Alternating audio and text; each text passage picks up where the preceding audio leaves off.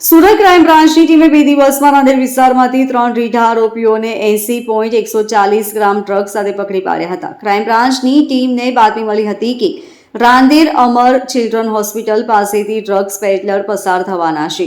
Crime બ્રાન્ચની ટીમે ગત 25મીની રાત્રે અમર ચિલ્ડ્રન હોસ્પિટલ પાસે વોચ ગોઠવી હતી. દરમિયાનમાં રાત્રે 11:30 વાગ્યાના અરસામાં ત્યાંથી મોપેડ પર પસાર થઈ રહેલ ફહદ સઈદ શેખને શાહિલ અલ્તાફ સૈયદને ઝડપી લેતા તેની પાસેથી 5,38,200ની કિંમતનું 53.820 ગ્રામ એમડી ડ્રગ્સ મળી આવ્યું હતું. પોલીસે ડ્રગ્સ કબજે લઈ બંનેની ધરપકડ કરી હતી. ફહદ અને શાહિલ સાળા બનેવી થાય છે. પોલીસની પ્રાથમિક પૂછપરછમાં આરોપીએ તેને આ ડ્રગ્સ શાહભાગલમાં રહેતા સોહાન હજી કુલ્લા ખાને વેચવા માટે આપ્યું હોવાનું જણાવતા પોલીસે સોહાનને તેના ઘરેથી પકડી પાડ્યો હતો. સોહાન પાસેથી પોલીસે 2,63,200ની કિંમતનું 26.320 ગ્રામ ડ્રગ્સ મળી આવ્યું હતું. પોલીસે આ ડ્રગ્સ કબજે લઈ તેની ધરપકડ કરી હતી.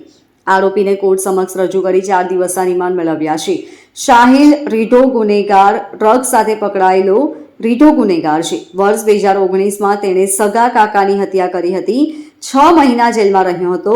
પાસામાં 7 મહિના પણ કાઢ્યા છે. સુરત ક્રાઇમ બ્રાન્ચ દ્વારા સુરત ક્રાઇમ બ્રાન્ચના police inspector SN Parmar, PSI Maheda અને PSI કેચ પુવારની ટીમને એક ઇન્ફોર્મેશન મળી હતી કે સુરત રાંદેર રોડ ઉપર રહેતા ફહાદ શેખ અને સાહિલ સૈયદ બંનેનાઓ એમડી ડ્રગ્સ વેચે છે અને એ મુદ્દામાલ સાથે નીકળવાના છે.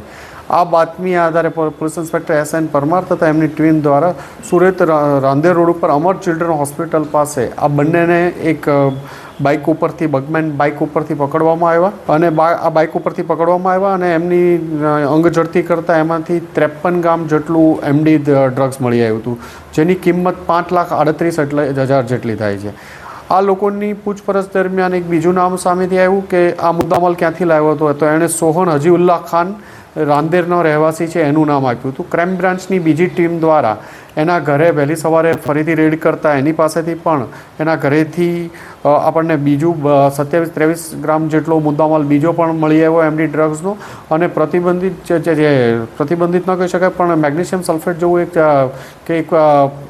એસિટિક વસ્તુ ત્યાં એમના ઘરેથી શંકાસ્પદ પદાર્થ મળી આવ્યો છે, જે 1400 ગ્રામ જેટલો છે અને એ આની સાથે મિક્સ કરતો હતો એવું એમનું પ્રાથમિક દ્રષ્ટિએ કહેવું છે.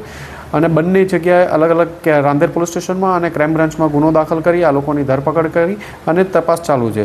સોહન અને ફહાદ અને સાહિલ બંને 2022માં 33 ગ્રામ કોકેન સાથે સુરતમાં પકડાઈ ચૂક્યા છે. આ બંનેને જે આ કોકેન છે એ મુંબઈથી ઇબ્રાહિમ ઓડયો નામના એક માણસ પાસેથી લાવ્યા હતા અને આગળ ઇસ્માઇલ ગુજ્જર જે એના બનેવી થાય છે એ જે પણ આ કેસમાં ધરપકડ થઈ હતી ઇસ્માઇલ ગુજ્જરને આપતો હતો.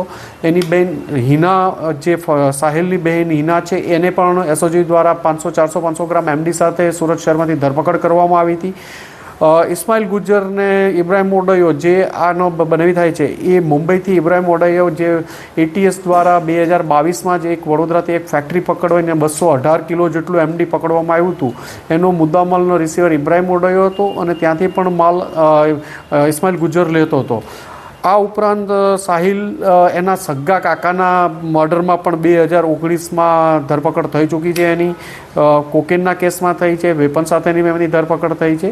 આ લોકોની એરેસ્ટ કરી અને આગળની એ લોકોની પૂછપરછ ચાલુ છે અને એમના 3 દિવસના ફહાદ અને સાહિલના રિમાન્ડ મેળવવામાં આવ્યા છે. Bureau report LK star news, Surat.